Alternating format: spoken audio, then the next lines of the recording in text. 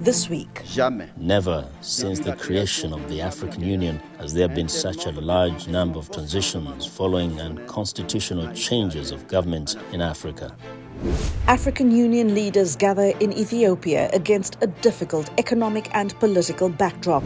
Coups, conflicts and regional tensions, even as African countries explore the promise of free trade.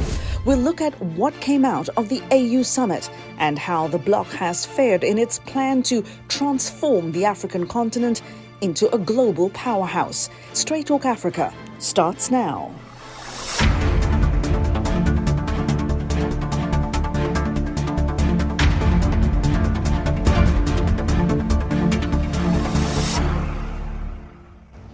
Hello there and welcome to Straight Talk Africa. We're coming to you from VOA's headquarters in Washington. I'm Haydé Adams. Thank you so much for joining us. Leaders representing 55 African countries gathered in Ethiopia over the weekend for the 37th Annual African Union Summit as parts of the continent wrestle with coups, conflicts, political crises and regional tensions. AU Commission Chairperson Musa Faki Mahamat opened the conference with a somber assessment, saying the problems plaguing Africa have not gotten any better. Our main challenges have not diminished. Peace, political and institutional instability, climate change, deficits in economic governance, integration, poverty, the marginalization of women and young people in development process, and leadership in our political and social systems remain our main sources of concern. Well, the summit came at a time when there have been multiple coups in West Africa, a region that has dealt with instability and democratic backsliding. Non-constitutional changes of government have multiplied in total defiance of the entire political and legal system on which our organization was founded. Never since the creation of the African Union has there been such a large number of transitions following unconstitutional changes of government in Africa. Well, now critics have long accused the African Union of being ineffectual and taking little decisive action in the face of numerous conflicts and power grabs. But the bloc is also credited with launching one of the world's largest free trade areas. And that is our focus today. Is the AU delivering on its master plan to, quote, transform Africa into the global powerhouse of the future? Now, we will discuss that in a moment. But first, another item on the AU's radar in Addis Ababa this weekend was the Israel-Hamas war. The International Court of Justice has begun historic hearings into the legality of Israel's 57-year occupation of lands sought for a Palestinian state. Over the course of 6 days, 52 states and 3 organizations, including the Arab League, the Organization of Islamic Cooperation, and the African Union, will present arguments related to Israel's open-ended control over the West Bank, Gaza, and East Jerusalem. Israel says it doesn't recognize the legitimacy of the hearings and won't attend. Now, this case is separate from South Africa's genocide case at The Hague and predates Israel's bombardment of Gaza in response to the October 7th Hamas attacks. And now here to tell us more is VOA correspondent Ignatius Annor. He joins me here in studio. Ignatius, it has been a minute and a warm welcome back to Straight Talk Africa. Great to have you. I want to get right into it. This is now the third case involving Israel at the International Court of Justice. Please walk us through what happened last week when South Africa approached the court about Israel's planned Rafah ground offensive. Well, thank you, Haydé, for having me. It's always great to be with you, and thanks. It's a great pleasure to be here. So on the 12th of February, South Africa, for the second time, went to the International Court of Justice, or the World Court, as it's called globally. And this time, the request was very simple. The country was asking for additional measures that will stop Israel from its impending ground invasion of the southern city of Rafah in Gaza. Currently, Gaza has roughly about 1.5 Palestinians who have already been displaced since Israel launched its attack, its counterattack, following the Palestinian attack on October the 7th of last year. South Africa is now saying that we have gone beyond saying that we're accusing Israel of genocide, but saying it is punishing the people of Gaza. And so we're asking the World Court to give additional measures. What the court then said, 4 days after South Africa sent the request, the 15 justices issued a statement, and they said that we had already issued an interim measure pending the core of the case that South Africa has sent. Remember, that was for the court to stop the military intervention that Israel is undertaking. It says that we had already issued preliminary measures asking Israel to ensure that they protect all Palestinians in Gaza and also make sure that they open up the country for humanitarian aid and fuel to get into Gaza. So essentially, the World Court declined the request that South Africa brought just because they had issued the first response or the ruling that says that we expect Israel to protect these people and avoid genocidal acts in Gaza. And that Rafah offensive you were talking about, Israeli Prime Minister Benjamin Netanyahu saying that ground offensive will begin by Ramadan, which is around March 10th or 11th, if Israeli hostages held by Hamas and other groups are not released. But now, Ignatius, these current hearings about Israel are about Israel's control over the West Bank, Gaza, East Jerusalem. What do the 52 states and the 3 organizations, including the AU and including South Africa, what do they want the court to do here with these hearings currently taking place? On Tuesday, which was yesterday, we heard from the South African ambassador resident in Netherlands, and he had said, and I quote him correctly, that Israel's occupation of the 3 areas that you've mentioned, East Jerusalem, the Gaza Strip, and then the West Bank, is fundamentally illegal. What they are asking the World Court to do is to rule that the occupation is illegal and that Israel basically hands off those territories without any condition. When you hear from the South African representatives, what they said was, quote unquote, that they not only hear, see, and feel the pain of the Palestinian people, because South Africa as a country had experienced apartheid between 1948 and 1994. It is for that reason they are saying that we think that we're responsible. We want to hold the international community to account and also make sure that the people of Gaza are protected by ensuring that there is a ruling that binds Israel to basically literally hands off those territories. Now, Ignatius, there's been a lot of activity now at the ICJ. But in real terms, the last time with the January 26th ruling, the court stopped short of ordering a ceasefire. So the South Africans celebrated that, what they saw as a victory, at least on moral terms, on January 26th.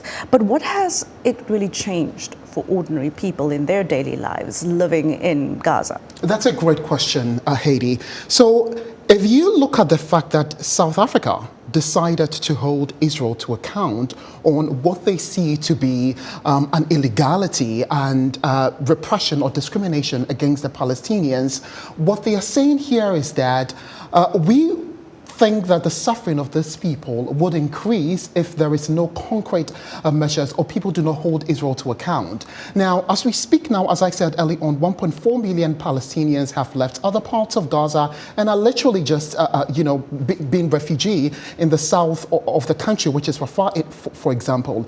If South Africa had not taken this case to the World Court, what analysts have even told me, for example, is that what we'll be seeing will be much more severe than what we have seen. So essentially, it looks like South Africa's request to the court is making some gains. People are not, dealing with the sort of things they would have dealt with had there not been a ruling from the World Court. Even so, at the same time, you're seeing there is a little bit of a tussle inside the United States thinking on how far to support Israel on this. The Israelis, of course, Israeli Prime Minister especially, rubbishing the court's rulings and, of course, rejecting accusations of apartheid here.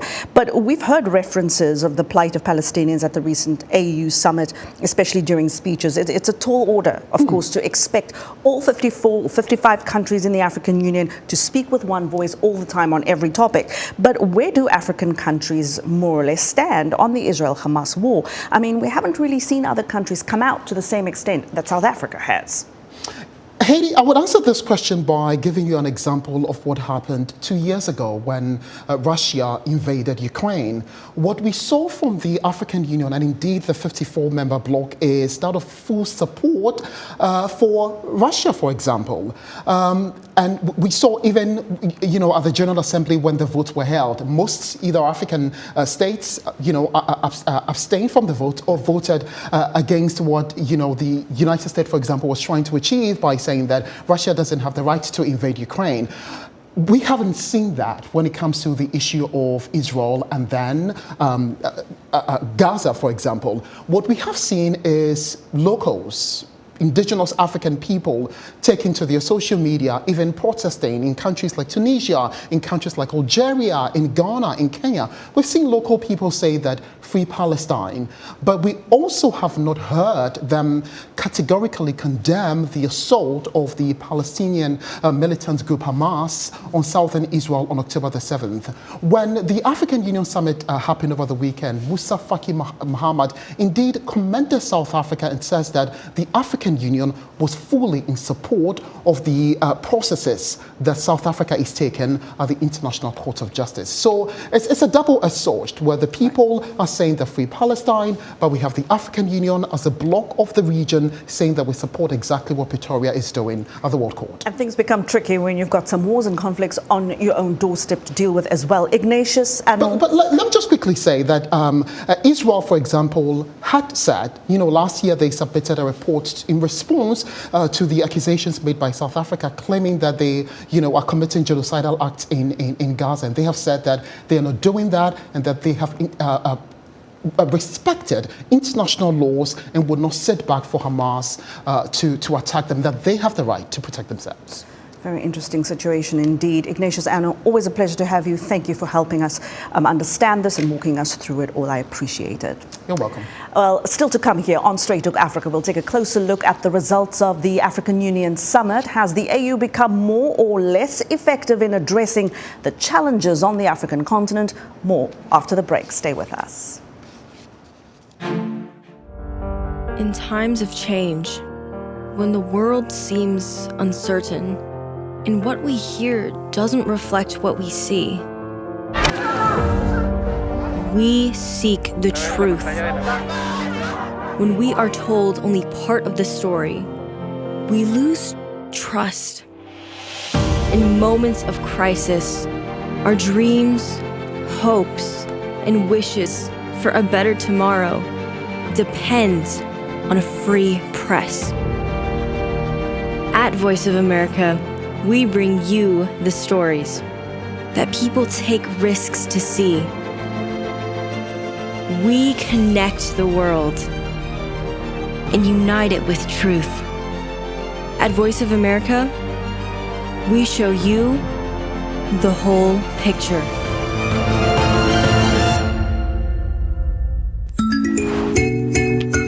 Women played a crucial role in the Sudanese revolution that eventually ousted President Omar al-Bashir. Women were also instrumental in the establishment of a new country, South Sudan.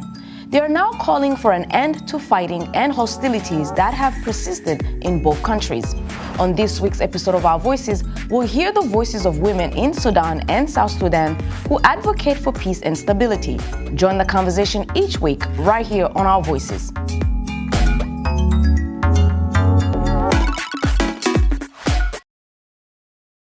You're watching VOA's Red Carpet. My name is Jackson Vunganyi. Thank you so much for joining us each week right here on Red Carpet. We bring you the latest in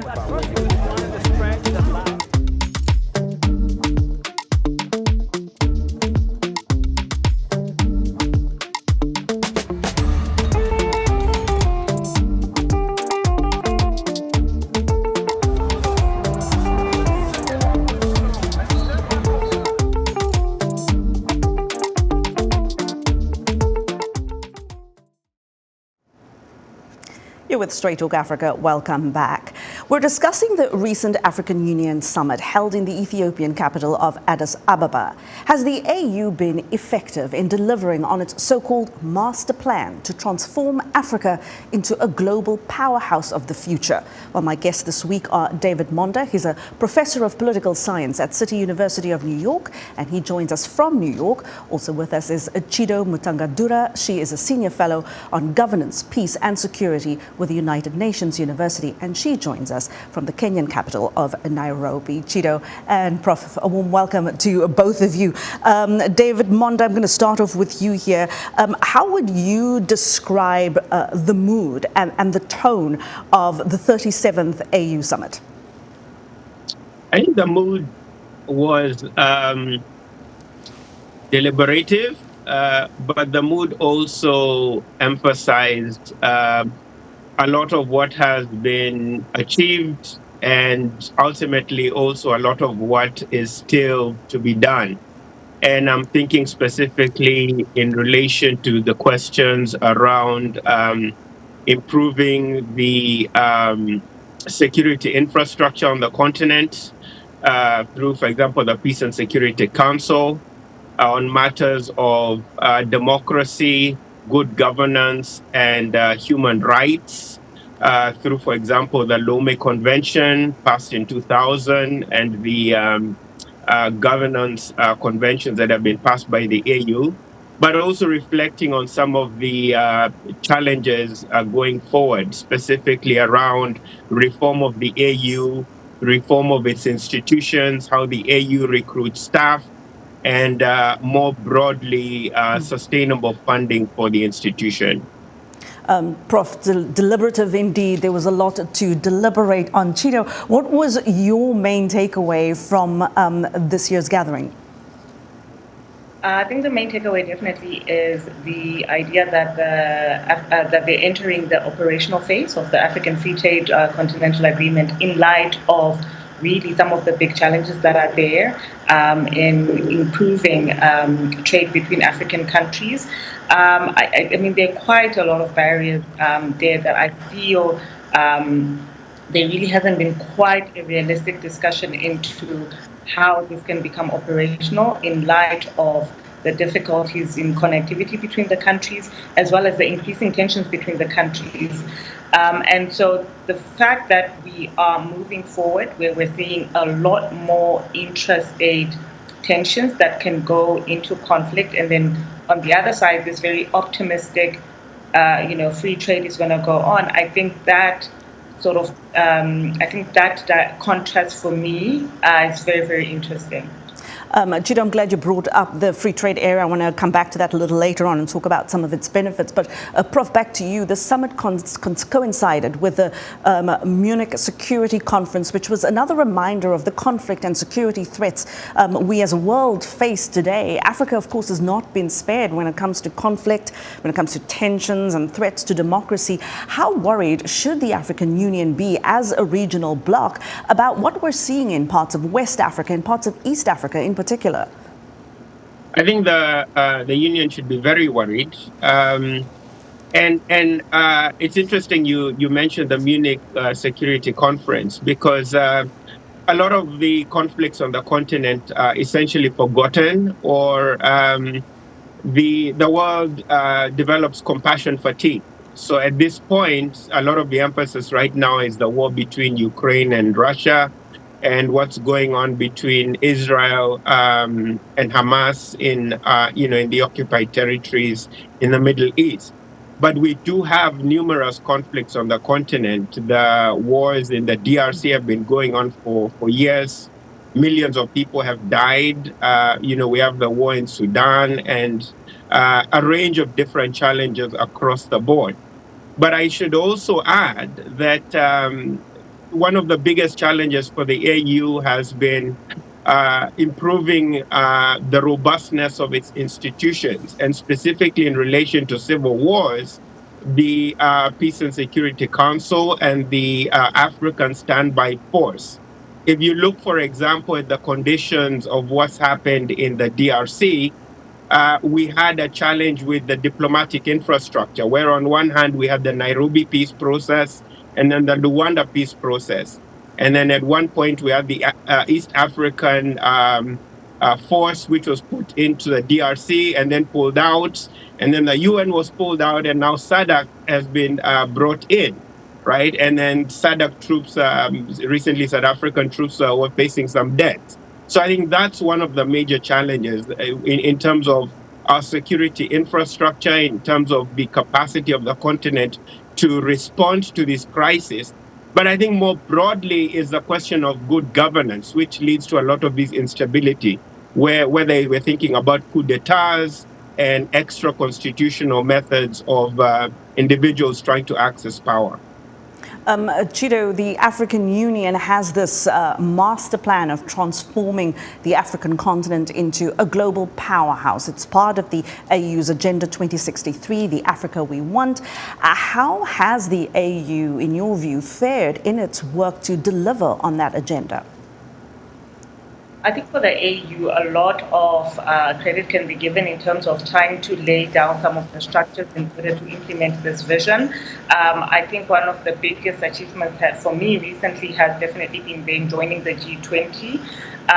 But the question then is, as you mentioned before, it's really quite a tall order to sort of have this continental body trying to represent 54 countries, 54 different countries that are in different type of situations. But I think there has been a lot of progress in terms of laying down the structures. The question now is on operationalizing the structures. So I think the AU has done quite good work on developing this policy framework.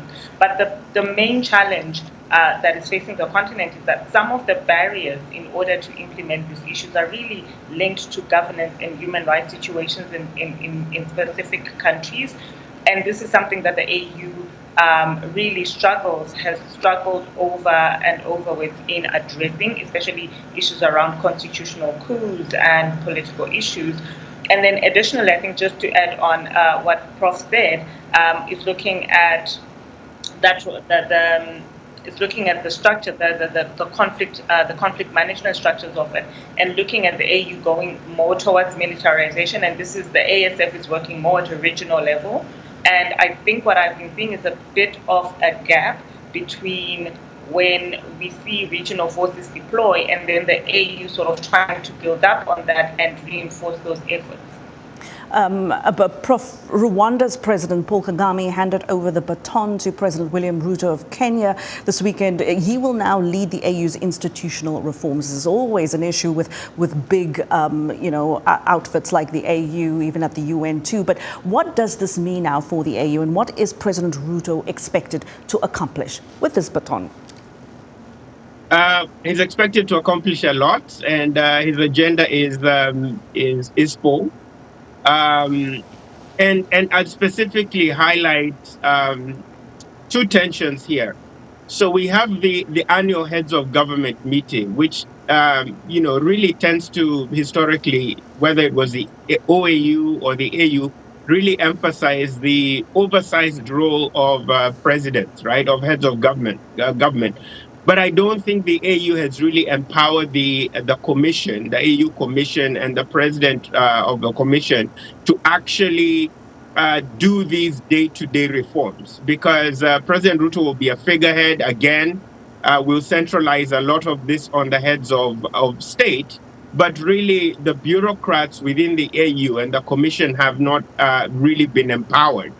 And another example I could give is the Pan-African Parliament in Pretoria in South Africa, which is supposed to be the equivalent of the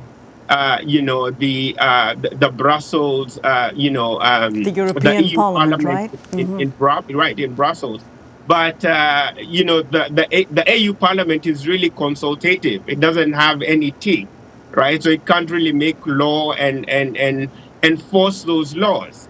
And I must lastly add, in addition to the challenges President Ruto will be facing, is this question of sovereignty, where heads of government do not want interference from the AU within their internal internal affairs. And I think this also creates an issue, whether it's about the Pan-African Parliament actually having teeth, whether it's about the AU Commission actually enforcing a lot of these reforms, which in many cases will ironically receive a lot of resistance from heads of government who in many cases are doing unconstitutional things within their countries, but do not want to be regulated or looked over by the AU or by anybody else.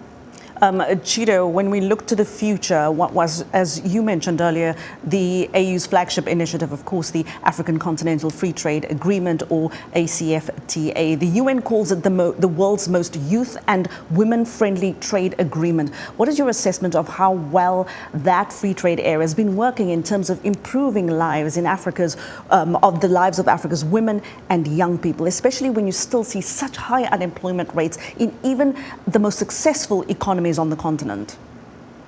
Okay, thank you. I think for us to be fair to the AU, the establishment of the free trade agreement really almost coincided with the beginning of COVID-19, and then coming out of that with so many global shocks.